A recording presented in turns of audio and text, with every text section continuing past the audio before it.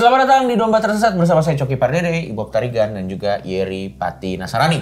Di konten ini kita akan menjawab pertanyaan-pertanyaan nyeleneh Anda, yang mana kalau ini ditanyakan di gereja Anda belum tentu dijawab. Betul. Malah bisa jadi Anda didisiplinkan kalau Anda bertanya pertanyaan ini.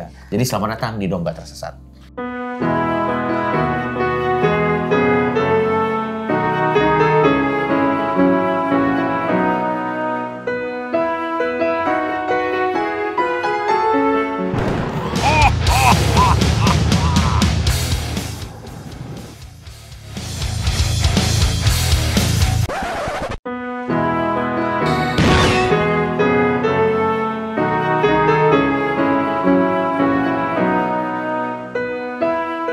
Selamat hari Minggu, by the way.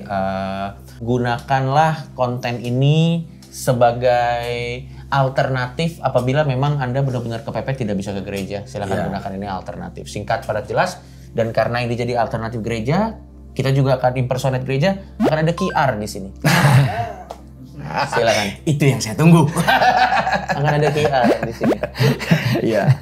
Minggu depan jadi 2 mimbarnya. Minggu depan jadi harus ada hasil yang kelihatan. Oh iya. Kotak-kotak gitu. Mimbarnya 2, jam tangannya Rolex. Oke, langsung saja kita ke pertanyaannya. Shalom Bang Coki dan Bang Yeri. Oke, next langsung. Menurut Bang Yeri dan Bang Coki, manakah yang lebih bijak atau lebih baik? Meminta atau bersyukur? Meminta tuh. Maksudnya gini, jika saya nih menghadapi persoalan dan lupa untuk berdoa karena saking beratnya masalah yang ada, namun saya meyakini Yesus akan selalu menolong. Dan ketika persoalan saya selesai, saya pun berdoa mengucap syukur karena pertolongannya. Apakah hal itu tidak masalah atau bagaimana? Nah, jadi mungkin gini, gua ngerti maksudnya. Gimana? Misalnya kita kena masalah. Kita lebih baik minta masalahnya dihilangin atau bersyukur kita dapat masalah. Oh, oke. Nah, jadi ngerti nggak? Okay. Apakah lancang nih buat kita untuk meminta kepada? Jadi mana bobotnya? Lebih baik bersyukur atau meminta? Oke. Bagus loh ini Sebenarnya pertanyaan. gini, gue mungkin pertanyaannya dengan gini, mana yang kita pilih? Satu, masalah selesai. Ya. Kedua, pundak rohani kita untuk mengatasi masalah makin kuat. Gitu. Mana yang kita pilih? Karena waktu kita pilih bersyukur, maka kita sedang memilih kapasitas untuk menyelesaikan masalah. Betul. Nah, itu akan ada 2 hasil yang berbeda. Kalau kita memutuskan untuk meminta kapasitas yang makin besar, maka masalahnya nggak selesai dalam tujuan untuk memperkuat kita. Nah, ketika kita meminta masalah ini selesai, maka setiap kali ada masalah kita tuh akan membutuhkan lagi. Nah, sebenarnya gini. Jawaban dari Tuhan pasti disertai dengan pendewasaan. Contoh, ketika 5.000 laki-laki lapar, cowok-cowok lapar brutal dong. Yesus tuh tahu, perut terbuka, hati terbuka. Lu jangan ngomong banyak yang serius sama orang lapar, karena tuh masalah biasanya. Ya udah, dapatlah subsidi, ya kan? Gak kerja, gak nabur, tahu-tahu makan banyak, sisa 12 bakul. Ada Yesus dan murid-muridnya. Nah. Makanya gak heran sekarang banyak orang ikut Yesus dengan mental subsidi kan, karena lumayan ya, banyak subsidinya. Banyak subsidi. Disubsidi. Nah, setelah kenyang, semuanya kenyang, tiba-tiba Yesus berkhotbah, akulah roti hidup itu. Rotinya berhenti, dan artinya kamu jadi roti untuk orang lain. Artinya berhenti, jangan hanya di kenyang makan roti. Tapi bangunlah pundak rohanimu untuk bersyukur, kamu jadi jawaban doa untuk orang lain. Bukan hanya nunggu jawaban doa. Nah, sebenarnya semua blessing dari Tuhan ada progresifnya. Cuma banyak anak Tuhan markir gitu. Ngapain loh, enakan subsidi lah. Makanya kemana? Bubar habis itu 5.000 orang. Tetap aja balik-baliknya 12 murid. Orang-orang yang awal tadi orang-orang yang siap untuk berbagi, bukan hanya ikut karena roti sama ikan aja. Iya. Gitu. Tapi kalau dari gua nih Cok ya, karena gua pernah tahu juga bahwa Yesus pernah berdoa, apabila mungkin jauhkanlah cawan ini daripadaku gitu. Jadi menurut gue Yesus juga nggak malu untuk kalau misalkan ini masalah buat dia, ya dia berdoa juga sama Tuhan kalau bisa cawan ini berlalu dari gue, tapi dia tidak men-skip semua proses yang terjadi setelah doa itu kali gitu ya. Betul. Iya. Iya, nggak ada masalah ya. Nggak ada masalah. Ya biar semuanya, karena pun tadi betul kata Ibob, kata Bang Yeri juga, karena pun memang Yesus sendiri berkali-kali mengatakan ya dia bukan pribadi yang keberatan Betul. untuk dimintai bantuan Iya, gitu. Dan bisa juga kok meminta dan bersyukur di saat yang bersamaan gitu. Betul. Oh, Iya. betul. Yang salah sebenarnya adalah kalau memanfaatkan atau memanipulasi Betul. kebaikan hati Tuhan itu dengan ya pola pikir tertentu lah. Ya, berdoa untuk menang judi slot. Nah, itu sih Meminta untuk Betul. menang judi slot gimana? Betul. Iya kan, juga itu agak manipulasi ya. Itu wadididau, bukan manipulasi lagi, itu udah wadididau. Oke, ini pertanyaan yang saya rasa juga identik dengan banyak permasalahan kaum muda dewasa ini. Bahasa. Aduh, dewasa ini. Langsung, ini dari Atikah. Shalom. Mau tanya Pendeta Yeri Paman Coki. Apakah bisa kalau misalkan si A dalam kurung Kristen dan si B dalam kurung Katolik, mereka menikah, tapi nikahnya di gereja masing-masing? Nah, misalnya pertama nikah di gereja Kristen, setelah itu nikah di gereja Katolik, dan kedepannya agamanya pun tetap masing-masing. Waduh. Tapi sama-sama Kristen Katolik ya? Enggak, yang satu Kristen kayaknya Protestan. Oh iya, yang satu Kristen, Protestan, yang satu Katolik. Katolik. Ya, Jadi nikahnya 2 kali Iya. dengan custom masing-masing. Iya. Tapi setelah itu agamanya masing-masing. Nah, gimana lo menanggapi pertanyaan Itu tersebut? sebenarnya sama kayak bokap nyokap gue. Bokap nyokap gue tuh, nyokap gue Katolik, bokap gue Protestan. Mereka nikah 2 kali. Di gereja Katolik di blessing sama pastor, di gereja Protestan diberkati oleh pendeta. Tapi dalam pencatatan sipil nggak bisa 2. Nanti di KTP-nya nggak bisa 2. Gitu. Jadi kan ada undang-undang tentang pernikahan beda agama yang dilarang. Ya, jadi mereka harus memilih secara administratif. Ini yang harus digarisbawahi ya, secara administratif ya. Nanti kan akan kelihatan di kartu keluarga barunya seperti apa. Ya. Nanti kan mereka ganti KTP dari yang belum nikah jadi sudah nikah plus agamanya masing-masing. Saran saya putusin aja. Milih aja, kanan boleh, kiri boleh, karena itu masalah administratif Dan birokrasi doang. dan birokrasi yang nggak bisa split. Betul. Nah, tapi sekarang banyak gereja Kristen dan gereja Katolik yang tidak mengizinkan sih. Jadi ada kesakralan masing-masing gitu. Tapi sebenarnya kalau dalam kontekstual pemahaman Alkitab itu tidak menjadi sesuatu yang harus diseriuskan dalam perbedaan signifikan. Begitu. Karena Yesus center dua-duanya. Dan bagaimana menjalankan pernikahan dua-duanya itu sama. Ya kan? Cuma paling nanti sekolah Kristen atau sekolah Katolik gitu aja. Oke, ini juga pasti lu udah menanggapi pertanyaan tadi, lo pasti udah capek lah ditanyain ini. Tapi mungkin lo bisa menjawab dengan singkat. Itu kan tadi kan Kristen tapi beda versi. Oke. Gimana kalau yang udah masih dari keluarga besar yang sama, agama Abrahamik, tapi beda, kayak misalnya beda agama, nikah beda agama, boleh nggak? Tapi masih dalam agama Abrahamik. Kalau misalnya contoh Kristen dan Buddha kan kejauhan, itu kan bukan Kristen Abrahamik. dan Muslim. Iya, Kristen dan boleh nggak? Muslim. Jadi gini, kalau kita lihat kontekstual dalam Alkitab kan dikatakan gini, jangan kamu jadi pasangan yang tidak seimbang. Tapi kan dalam kontekstual bermasyarakat di Indonesia yang majemuk ini, terkadang itu bisa terjadi. Jadi kalau gua menyarankan dalam bimbingan pranikah itu adalah kalau bisa tidak beda. Nah, tapi kalau akhirnya dua orang ini yang saling mencintai, karena gue mempercayai bahwa pada akhirnya cinta itu tidak punya agama. Semua agama punya cinta. Maka kalau gue pribadi ya, sekali lagi ini gue pribadi. Ini jawaban pribadi beliau ya, tidak mewakili organisasi atau apapun. Gue akan tetap melayani dan mendampingi. Gue akan mencoba terus mendampingi dengan tentunya kalau dia mau didampingi dengan pemahaman secara Alkitab. Gitu. Nah, yang sangat disayangkan adalah pemerintah akhirnya mengambil sebuah kebijakan yang mempersulit dua agama ini untuk bisa menikah, sedangkan hak itu harusnya ada di masing-masing. Kalau pemerintah tidak mau ada dua orang beda agama menikah, harusnya diserahkan ke orang tua dan pemuka agama. Karena pemerintah sebagai pelaksana konstitusi harusnya nggak boleh mengambil bagian ini. Itu bukan siapapun itu, orang nggak punya agama juga bebas kok.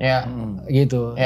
Sehingga ya itulah dinamika. Tapi mungkin kalau pemerintah tadi kembali kepada administratif tadi kan. Itu dia makanya itu peraturan baru itu. Makanya itu loh, maksud gue, ini opini gue ya. Di situ lucunya.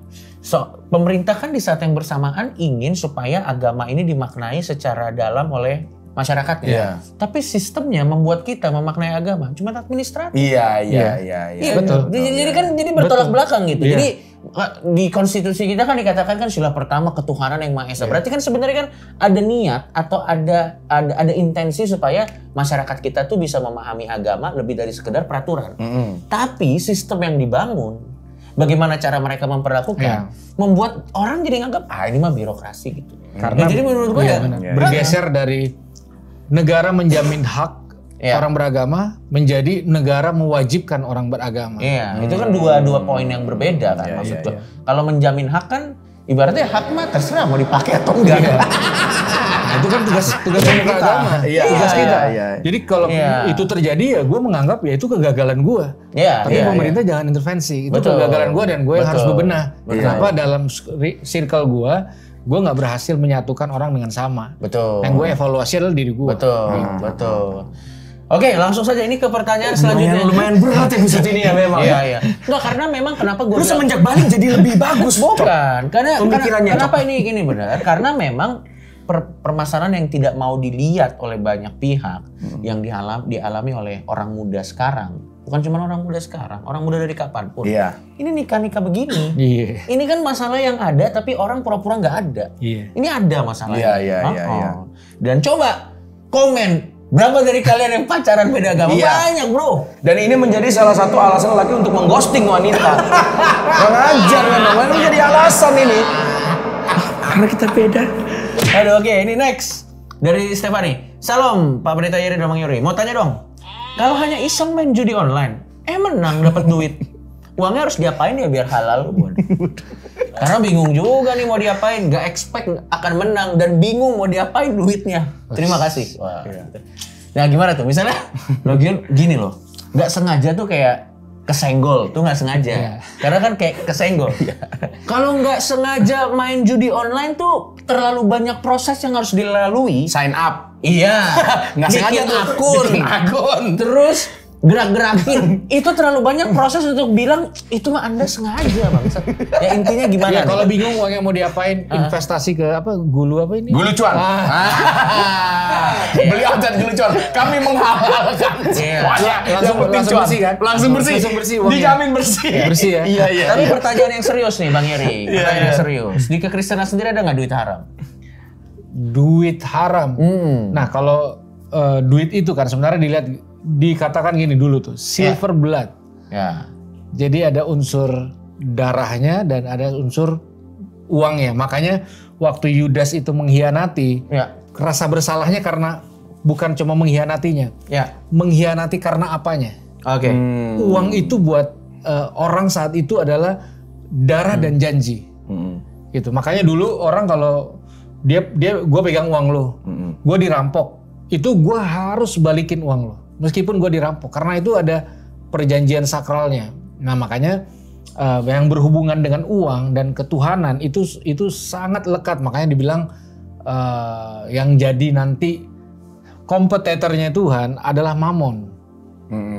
Mamon adalah Tuhan. Makanya dibilang akar segala kejahatan adalah cinta akan uang, bukan uang. Kecintaan akan uang itu. Nah permasalahan di judi online ini akhirnya menggiring kepada kecintaan akan Tuhan itu, yang akhirnya membuat kita nggak punya lagi rasa cukup, nggak punya lagi referensi bahagia, nggak punya lagi referensi sehat jasmani rohani, sehat secara waktu nggak ada. Jadi kecintaan itu akan membuat kita menjadi bola liar, yang akan membuat kita nggak ada ujung, dan kita akan berhadapan dengan industri, industri yang memang didesain untuk menarik orang-orang seperti itu. Nggak mungkin ada kalahnya sih kayaknya. Iya benar. Iya. Padahal semua itu udah diatur oleh bandar, karena bandar tidak mungkin kalah. Betul. Yang mungkin kalah ya orang-orang yang main judi online tuh kemungkinan besar kalahnya sangat tinggi. Oke, berarti buat Anda yang sudah keburu menang judi online, sebenarnya permasalahan yang sulit itu bukan duitnya mau diapain, gimana caranya supaya Anda nggak balik lagi ke judi karena Anda udah menang. Pasti ada perasaan kayak, apakah aku bisa sekali lagi? Jangan penasaran itu tuh. Rasa penasaran itu. Kalau yang menjadi halal, gue nggak tahu. Yang menjadi haram, gue tahu. Apa tuh? Anda beli nasi babi sudah pasti. Betul. Kecuali dia Kristen. Oh iya, benar juga. Iya. Oke, itu dia tadi sedikit episode Domba Tersesat kita di hari ini. Sampai ketemu lagi minggu depan. Kita akan ada edisi Natal karena minggu depan tuh sudah dekat-dekat Natal. Belum Natal tapi sudah dekat-dekat Natal. Sampai ketemu lagi di Domba Tersesat selanjutnya. Shalom.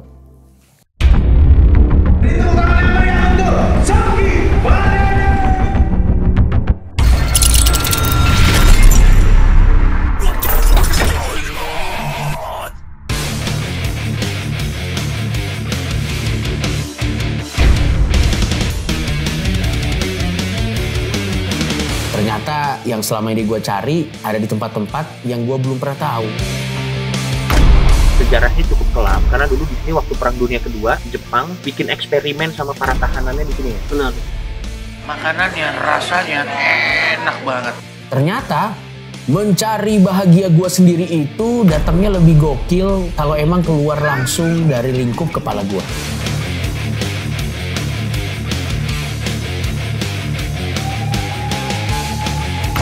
Ini pengalaman pertama gua ke Jepang dan ternyata banyak yang gua belum tahu dari hidup ini. Sakit sekali. Tapi satu yang gua tahu pasti, ini akan jadi perjalanan awal gua melihat dunia. Inilah kenikmatan dari kebebasan. Bisa jalan-jalan ke luar negeri dan merasakan experience yang tidak bisa dirasakan. Orang-orang direkam. Dan hal terpenting yang gue pelajari dari pengalaman buruk gue tertangkap adalah karirku tidak mati-mati, aku tetap sukses, la la la la la la la la la la la la la la.